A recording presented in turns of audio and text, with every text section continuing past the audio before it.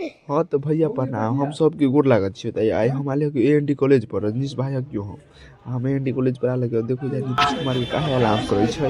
तो हम तोरा देखो पूरा वीडियो भी तू देखो जाओ वीडियो के देखते समय सब्सक्राइब कर दियो खाली बस लाइक कर दियो।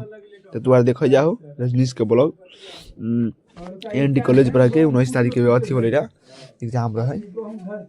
तो एएनडी कॉलेज पर के देखो और लहकल के कथी वो देखियो पूरा पहले नीतीश कुमार के लहकल के काहे लहकल के नहीं पता। तोर वीडियो के नीतीश कुमार भी पहुंचा दो। आई देखो जे कथी बोले छे ठीक है। तने हम तोरा बात सुनबे छी देखो कथी बोल है। के सबसे बड़े अधिकारी चुने जाते हैं बिहार लोक सेवा आयोग के परीक्षा से और उस परीक्षा में धांधली होती है।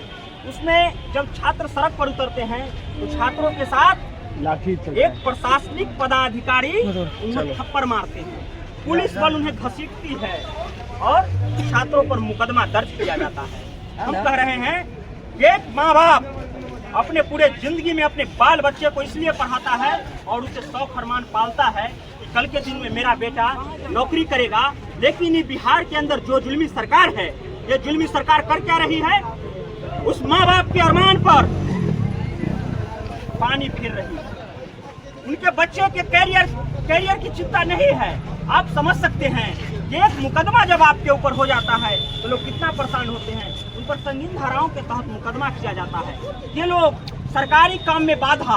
अरे जो आदमी बिहार के अंदर में इतना जो मतलब इकोनॉमिकल रूप से कमजोर राज्य है, यहाँ पर लोग पढ़ता है महीनों सालों और उसके बाद जब वो पढ़ लिख करके अपना नौकरी का अधिकार है उसका, और उस अधिकार के तहत जब वो एग्जाम देने जाता है तो एग्जाम में धांधली होती है। जब वो लोग सड़क पर पूछता है सरकार से, क्योंकि सरकार भी हमारी है, सरकार को हम लोग चुनते हैं तब वो सरकार बनता है। और उस सरकार से जब ये सवाल पूछा जाता है तो सरकार क्या करती है? सरकार उनके ऊपर झूठे इल्जाम लगा करके मुकदमा करती है। हम कहेंगे इस तरह की जो कार्रवाई है बिहार की सरकार का, इस कार्रवाई से बाज आए। जो लोग भी बीपीएससी परीक्षा के अंदर जिनके ऊपर मुकदमा हुआ है उनके मुकदमे को वापस लिया जाए। बीपीएससी 17वीं पीटी परीक्षा है उसको रद्द किया जाए। रद्द करने के बाद ही बिहार के सभी बीपीएससी अभ्यर्थियों को न्याय मिलेगा, क्योंकि परीक्षा में अगर गड़बड़ी हुई है तो भी तो 2 बार को एग्जाम लिया गया है। दोबारा एग्जाम लेने मात्र से यह स्पष्ट होता है कि परीक्षा में धांधली हुई है। पूरा लंबा बना और परीक्षा को जब तक आप रद्द नहीं करेंगे, पुनः नहीं लेंगे, तो बच्चों को न्याय नहीं मिलेगा। हम कहेंगे साथियों, मेरे साथ भी, मेरे ऊपर भी मुकदमाएं हुई, लेकिन मुझे फक्र है इस बात का कि आप मेरे बैनर के अंदर जो 2 विरासत को देख रहे हैं वो हैं भगत सिंह और चे गुवेरा। हम भगत सिंह के मानने वाले, भगत सिंह हमारे आइडियल हैं और हम कहेंगे कि भगत सिंह 23 वर्ष की उम्र में फांसी पर चढ़े थे।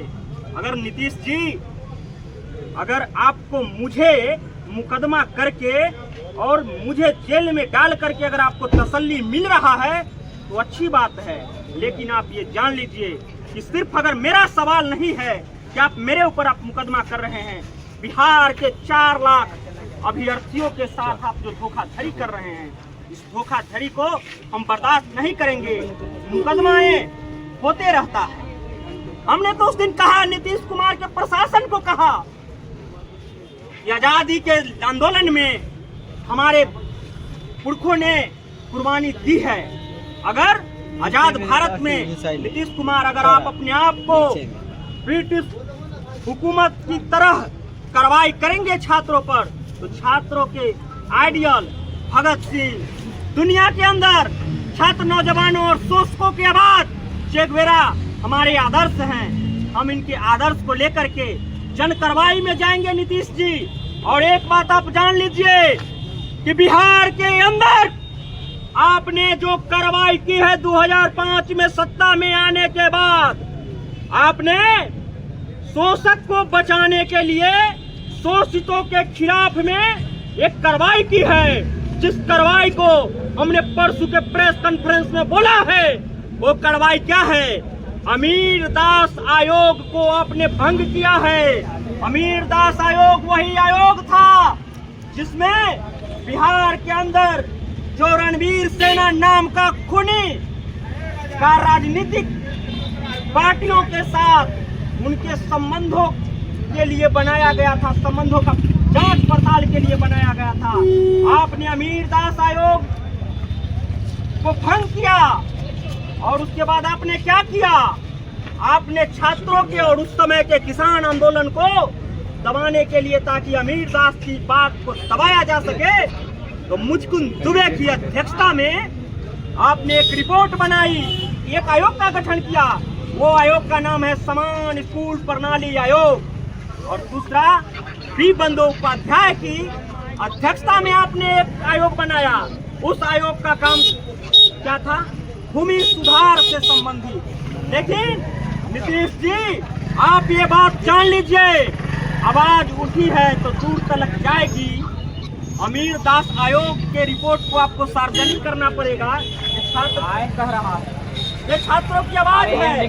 समान स्कूल प्रणाली आयोग वो आपको उसको बिहार विधानसभा में पारित करके और उसको बिहार के अंदर में समान स्कूल प्रणाली आयोग लागू करना पड़ेगा।